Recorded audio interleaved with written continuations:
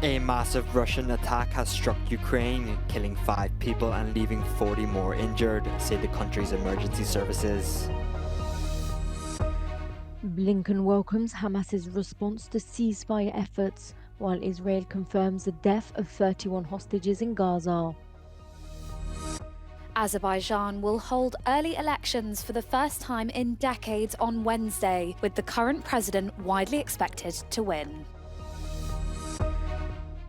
Ground staff for Lufthansa have gone on strike at 5 major German airports, causing the airline to cancel hundreds of flights.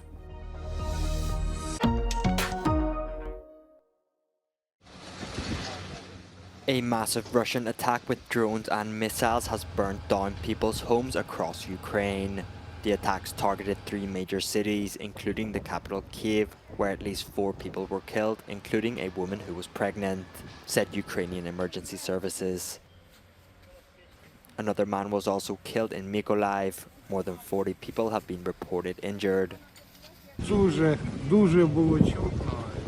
Там з тої сторони через дорогу, то якісь В першу чергу на тій стороні було вибух дуже сильний і потім загорання почалося. 3 рази такі, от на той стороні якісь. А потім ми тільки з цієї сторони побачили, бо у нас круговий, парадне таке кругове.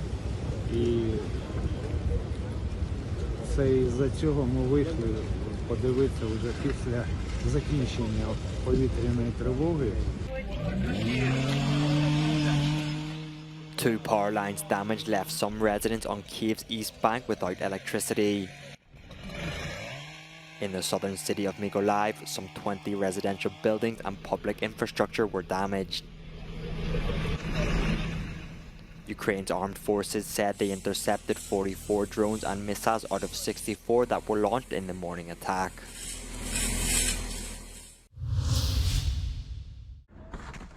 Israel confirms that 31 of the remaining 136 hostages in Gaza are dead.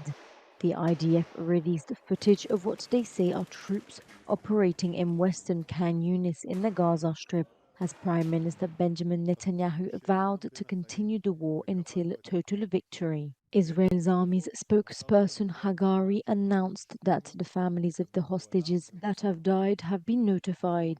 The death of the hostages only adds pressure on the Israeli government and their handling of the war. The news came as US Secretary of State Antony Blinken met with the leaders of Egypt and Qatar Tuesday, holding diplomatic talks to push ahead for a ceasefire, to which Qatar's Prime Minister said that Hamas gave a generally positive answer. Blinken will be discussing the proposal with Israel today.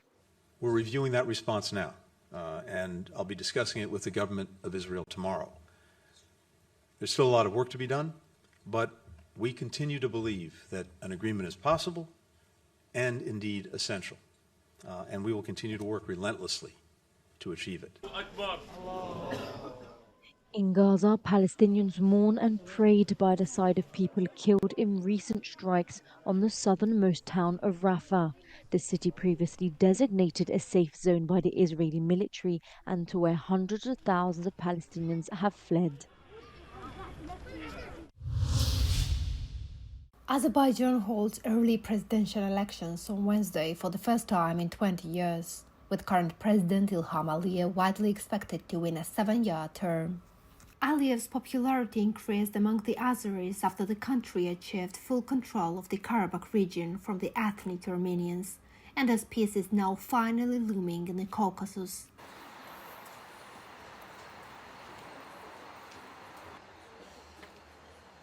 Bizimiz elə bir vacib məsələdir ki, uşaqlar böyüyür, uşaqların təminatı hal-hazırdakindən də yaxşı olacaq.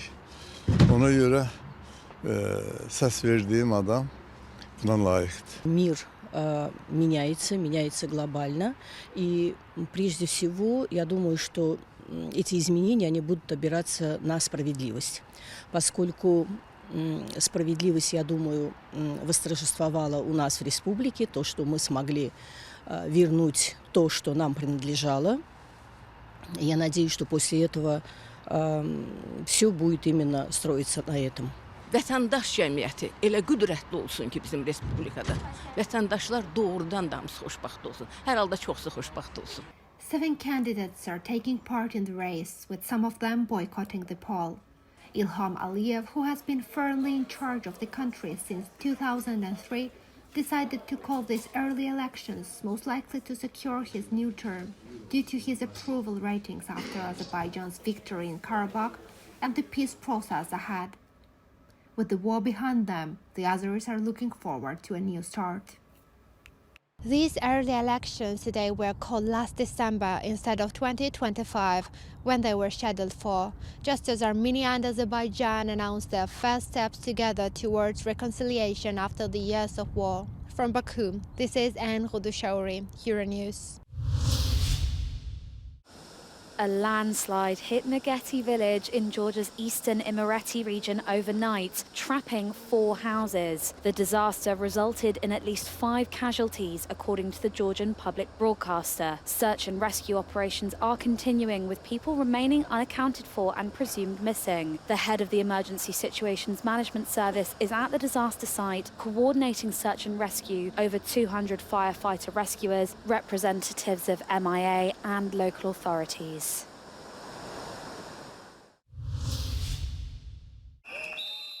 Germany's Lufthansa airline has cancelled hundreds of flights after ground staff went on strike for a day at 5 airports across the country.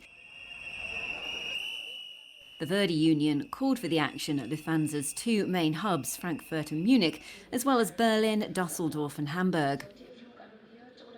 Die Beschäftigten bei der Lufthansa heute zeigen, dass das so nicht funktioniert, wenn ein Arbeitgeber eine komplette Verweigerungshaltung am Verhandlungstisch signalisiert.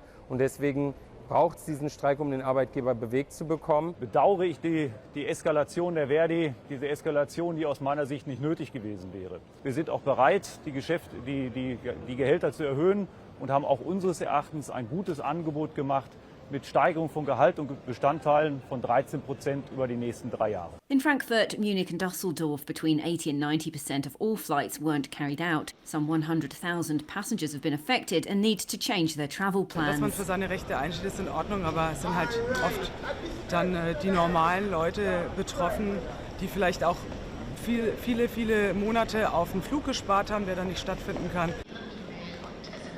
Lufthansa said tickets could be rebooked free of charge and tickets for German domestic flights could be converted into rail vouchers.